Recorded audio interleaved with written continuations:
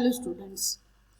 In the last session we have seen regarding alcohol dilution, proof spirit, proof strength and the related problems.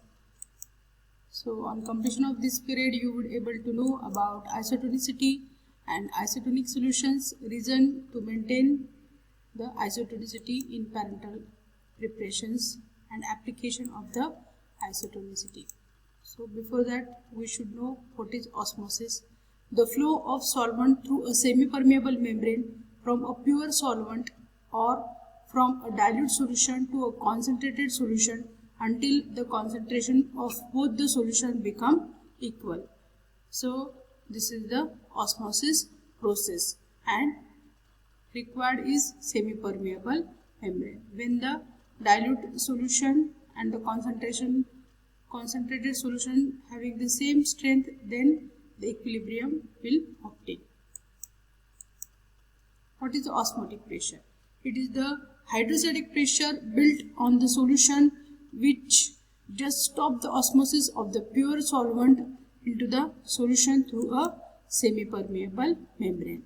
The two solutions that have the same osmotic pressure are called as the isoosmotic solutions.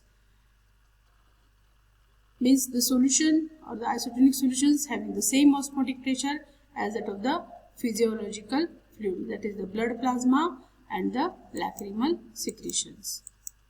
So isotonic solutions have equimolar concentration. The solutions which are isotonic with plasma may be harmful to use. If they are not isotonic, there may be cell damage.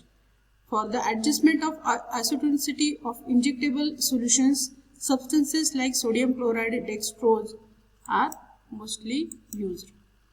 What is hypotonic solution? Solutions having higher osmotic pressure than the physiological fluids are called as the hypotonic solutions. What are the hypotonic solutions? Solutions having lower osmotic pressure than the physiological fluids are called as the hypotonic solutions. So hypo and hyper solutions together called as the paratonic solutions. The formulation of the parenteral product should be isotonic with in vivo body fluids. If an isotonicity and the pH differences is there, it may cause irritation, hemolysis, necrosis and the tissue toxicity. Ophthalmic solutions should also be isotonic with the lacrimal fluids to prevent the irritation and pain. Similarly, injectable solutions should be isotonic with the blood plasma. So on injecting the hypotonic solutions into the bloodstream, it may enter the red blood cells in an attempt to produce the equilibrium. The cell wall swells rapidly until they burst and causes the hemolysis. As this damage is irreversible, because the cell will get die, so this is the irreversible and will lead to the serious danger to the red blood cells. So therefore it is very dangerous to administer a hypotonic solution. What is the case if you are injecting the hypotonic solution? So water come out of the membrane of the red blood cells to reach the equilibrium. The cell shrinks, leading to the granulation, which is only the temporary damage, and this is the reversible. You can take the original or you can get the original cell after giving the saline solution. When the osmotic pressure of the two solutions become equal, they shrinken and they will get the original position or the original shape of the cell. Hence, the hypotonic solutions may therefore be administered without the permanent damage to the blood cell and should be injected slowly to ensure the rapid dilution into the bloodstream. To minimize the granulation of the blood, this can show by the diagrammatic way. This is the diagram 1, this is diagram 2 and this is diagram 3. This is the injection of a hypotonic solutions. This is the isotonic solution and this is the hypertonic solution. Hypertonic solution, crenation is there, and the hypotonic solution, the cell will get swell and it will get burst.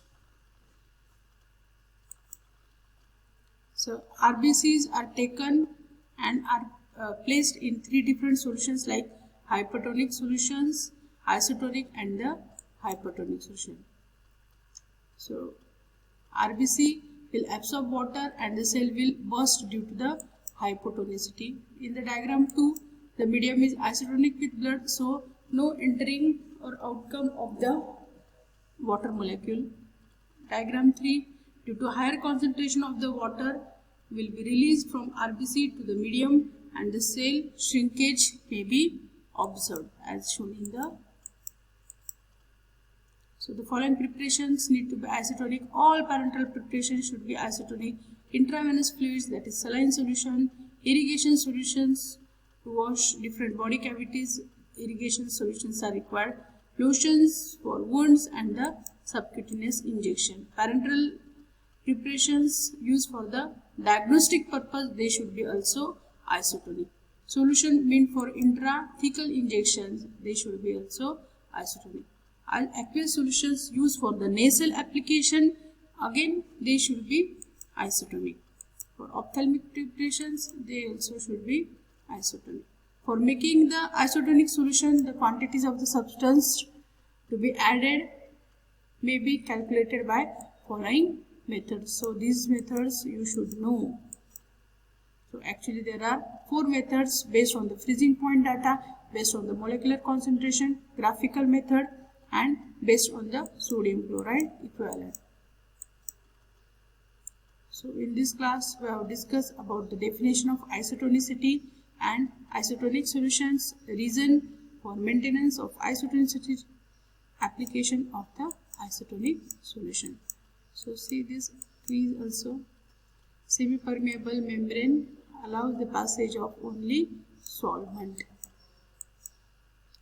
Hypotonic solutions means they are having same or high or low osmotic pressure.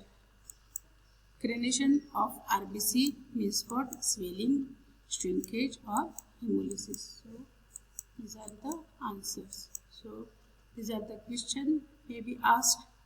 Define osmosis and osmotic pressure. What is the reason for maintenance of isotonicity, and write the application of the isotonicity. Okay, I will stop here.